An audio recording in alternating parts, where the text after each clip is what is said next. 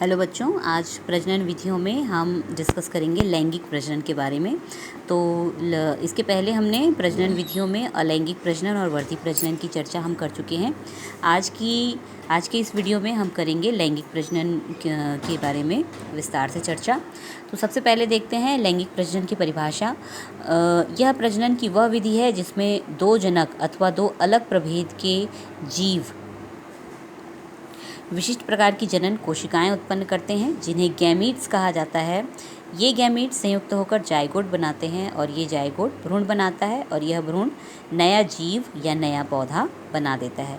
तो लैंगिक प्रजनन की सबसे पहली विशेषता यही है कि इसमें दो जनकों की आवश्यकता होती है। दो जनक इसमें अनिवार्य रूप से पाए जाते हैं। इनमें प्रजनन अंग बनते हैं और ये इन प्रजनन अंगों में अर्धसूत्री विभाजन के द्वारा विशेष तरह की सेल्स बनती हैं, जिन्हें गैमीट सेल्स कहा जाता है। अब हम देखते हैं लैंगिक प्रजनन की विशेषताएं। तो लैंगिक प्रजनन की जो विशेषताएं हैं उसमें सबसे पहली विशेषता है दो जनक। इस प्रजनन में दो जनकों की आवश्यकता होती है। दो जनक अनिवार्य रूप से इस प्रजनन में पाए जाते हैं। फिर दूसरी जो विशेषता है वो है गैमीट्स का निर्माण।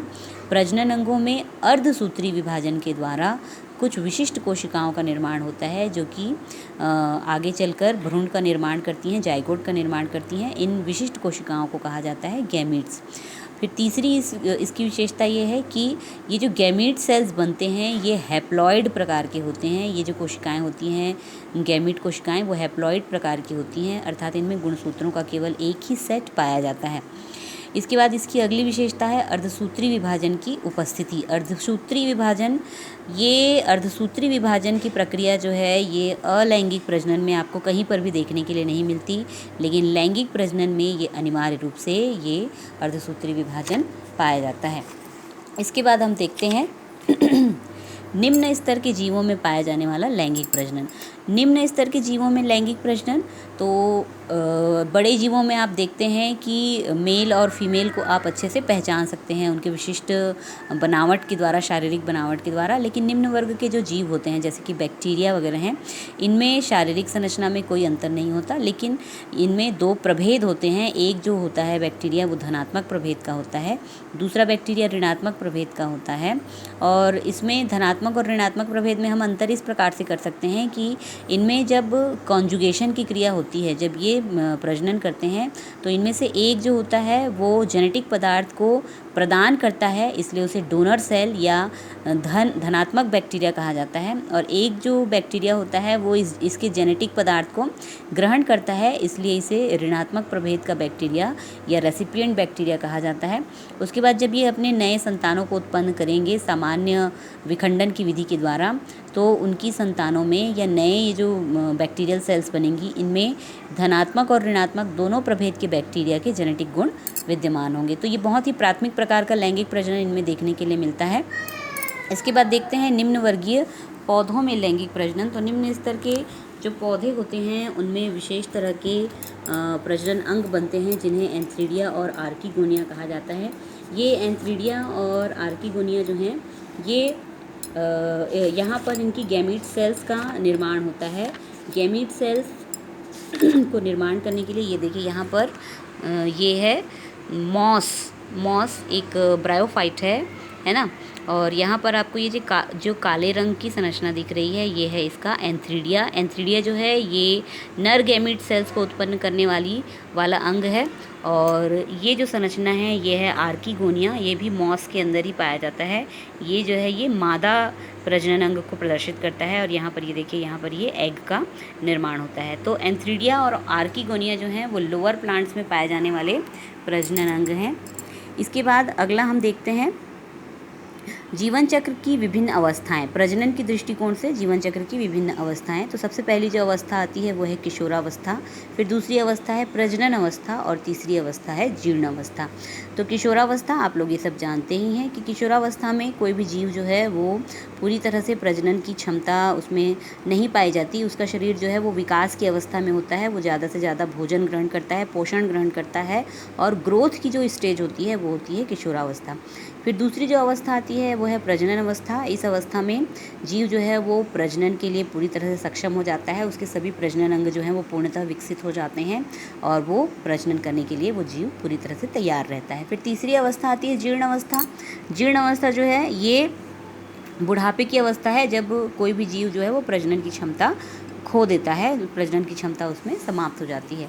इसके बाद प्रजनन संतान उत्पत्ति करने की क्षमता के आधार पर हम जीवों को दो भागों में बांटते हैं। पहला है मोनोकॉर्पिक और दूसरा है पॉलीकॉर्पिक। मोनोकॉर्पिक जनरली पौधों के लिए उपयोग होने वाला शब्द है।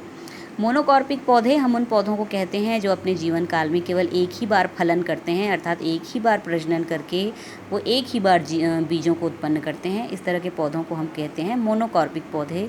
जैसे कि धान, गेहूँ, मक्का, ये सब जो एक वर्षीय पौधे होते हैं उनको हम मोनोकॉर्पिक पौधे कहते हैं। फिर दूसरा है पॉलीकॉर्पिक पौधे। पॉलीकॉर्पिक पौधे या जंतु ये ऐसे जीव हैं जो एक बार प्रजनन की क्षमता प्राप्त कर लेने के पश्चात जीवन पर्यंत फलन करते हैं, जीवन पर्यंत बीजों को उत्पन्न करते हैं, संतानों को उत्पन्न करते हैं। जैसे कि संतरा, आम, सेब, आपने देखा है कि जब भी ये एक बार बड़े हो जाते हैं, मैच्योर हो जाते हैं, तो ये उम्र भर फलन करते हैं। इसके बाद प्रजनन के काल के आधार पर हम जीवों को दो भागों में बांटते हैं। पहले प्रकार के जो जीव हैं वो हैं सतत प्रजनक और दूसरे प्रकार के जो जीव हैं वो है मौसमी प्रजनक। सतत प्रजनक वे जीव हैं जो एक बार प्रजनन के लिए सक्षम हो जाते हैं, तो वो जीवन पर्यंत कभी भी किसी भी समय में संतानों को उत्पन्न कर सकते हैं। जैसे कि गाय, भैंस, चूहे, मनुष्य, इन्हें सतत प्रजनक कहा जाता है। और मौसमी प्रजनक ये वे जीव हैं जो एक विशेष ऋतु में या विशेष मौसम में ही संतानों को उत्पन्न करते हैं। जैसे कि मेढक, पक्षी, छिपकली और कुत्ते, ये एक विशेष ऋतु या विशेष मौसम आने पर ही नए संतानों को उत्पन्न करते हैं, और वो जो सीज़न होता है वो उनका ब्रीडिंग सीज़न कहलाता है। इसके बाद देखते हैं प्लेसेंटल मैमल्स की मादाओं में पाए जाने वाले कुछ चक्र। तो इसमें से सबसे पहला आता है रज चक्र। रज चक्र जो है ये एक विशेश क्रिया है जो मैमल्स में, प्राइमेट मैमल्स में देखने के लिए मिलता है। प्रत्येक 28 दिन की अवधि में संपन्न होने वाली ये क्रिया है। इसमें क्या होता है अंडाशय से जब अंडे का उत्सर्जन होता है, अंडोत्सर्ग की जब क्रिया होती है, तो फीमेल का गर्भाशय जो है वो गर्भ धारण के लिए तैयारियां करता है। वहाँ पर कुछ विशेष प्रकार की झिल्लियों का निर्माण होता है, बहुत सारे ब्लड वेसल्स वहाँ पर एकत्रित हो जाते हैं।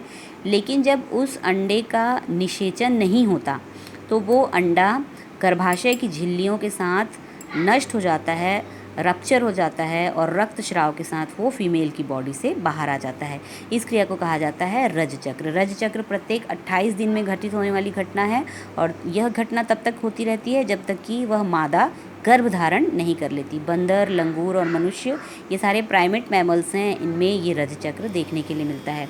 फिर दूसरा जो चक्र आता है वो है मध चक्र। मध चक्र वह चक्र है जिसमें प्रजनन की क्षमता प्राप्त करने के पश्चात इन जंतुओं में एक विशेष काल आता है, एक विशेष अवधि आती है जिस समय इनकी मादाओं में एस्ट्रोजन हार्मोन की मात्रा इनके रक्त में बहुत अधिक बढ़ जाती है, और उस समय ये मेल के साथ मिलन करने के लिए बिल्कुल तैयार हो जाती हैं, और गर्भ धारण करने के लिए सबसे उपयुक्त अवस्था होती है ये मध चक्र वाला जो काल होता है वो।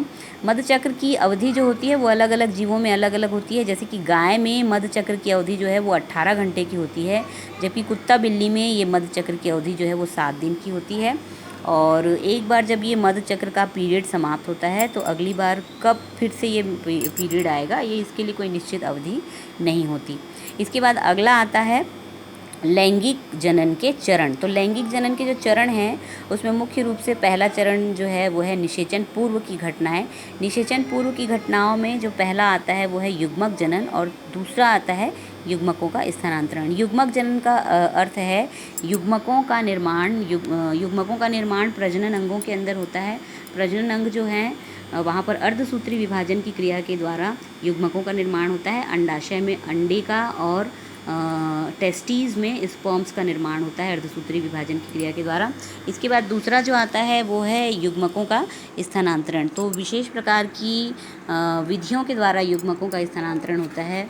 जैसे कि जलीय जीवों में जल के माध्यम से युग्मकों का स्थानांतरण होता है, और पुष्पों में हवा के माध्यम से, कीटों के माध्यम से परागों का स्थानांतरण होता है। जनरली जो मेल गैमीट होते हैं वो मोटाइल होते हैं, चलायमान होते हैं और फीमेल गैमेट जो है वो स्थिर रहती है। तो इस प्रकार से अलग अलग विधियों द्वारा युग्मकों का स्थानांतरण होता है। इसके बाद दूसरा चरण आता है लैंगिक प्रजनन में निषेचन।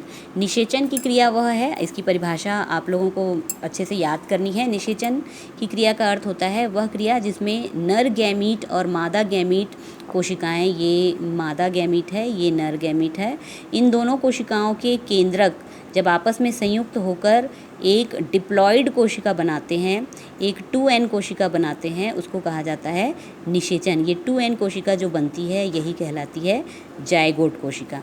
ठीक है, तो नर और मादा गैमीट सेल्स का आपस में संयुक्त होकर जायगोट बनाना ही कहलाता है निषेचन। निषेचन की क्रिया जो है ये 2 प्रकार की होती है, आंतरिक निषेचन और बाह्य निषेचन। आंतरिक निषेचन और बाह्य निषेचन में मुख्य अंतर ये है कि ये जो फ्यूज़न की क्रिया है मेल और फीमेल गैमीट सेल्स के, ये फ्यूज़न की क्रिया या संयुक्त होने की क्रिया जब फीमेल की बॉडी के अंदर होती है तो इसे आंतरिक निषेचन कहते हैं, और यह क्रिया जब फीमेल की बॉडी के बाहर होती है तो इसे बाह्य निषेचन कहा जाता है। आंतरिक निषेचन जनरली उच्च कुल के जीवों में देखने के लिए मिलता है, जैसे कि मनुष्य है और कवक हैं इत्यादि। और बाह्य निषेचन जो है वो जलीय जीवों, उभयचर और शैवालों में देखने के लिए मिलता है। इनमें ये अपने गैमीट सेल्स को, एग और स्पर्म दोनों को ही शरीर के बाहर त्याग देते हैं और वहाँ पर फिर इनका निषेचन होता है। इसके बाद तीसरा चरण जो आता है लैंगिक प्रजनन में प्रमुख रूप से वो है निषेचन उपरांत होने वाली घटनाएं। तो इसमें है पहला जायगोट का निर्माण। तो जायगोट का निर्माण कैसे होता है अभी आपने देखा, निषेचन की क्रिया में जायगोट का निर्माण होता है। ये एग और स्पर्म सेल्स जो हैं वो आपस में संयुक्त होकर जायगोट का निर्माण करती हैं और ये जायगोट जो है वो डिप्लॉयड एक कोशिका बनती है। इसके बाद भ्रूण की उत्पत्ति। तो भ्रूण की उत्पत्ति कैसे होती है, ये जो जायगोट कोशिका होती है ये एक सिंगल सेल होती है। इस सिंगल सेल में लगातार विभाजन होते हैं, ये 1 से 2 भाग में बंटती है, फिर 2 से 4, 4 से 8, 8 से 16 और इस तरह से विभाजित होते होते इस तरह से ये 3 इसमें लेयर्स बन जाती हैं, 3 जनन स्तर बन जाते हैं, एपिडर्मिस, मेसोडर्मिस और एंडोडर्मिस, और इसी में फिर आगे चल के अंगों का विकास होता है। तो इस तरह से यही जो है जायगोट जो है वो आगे चल के भ्रूण बना देता है।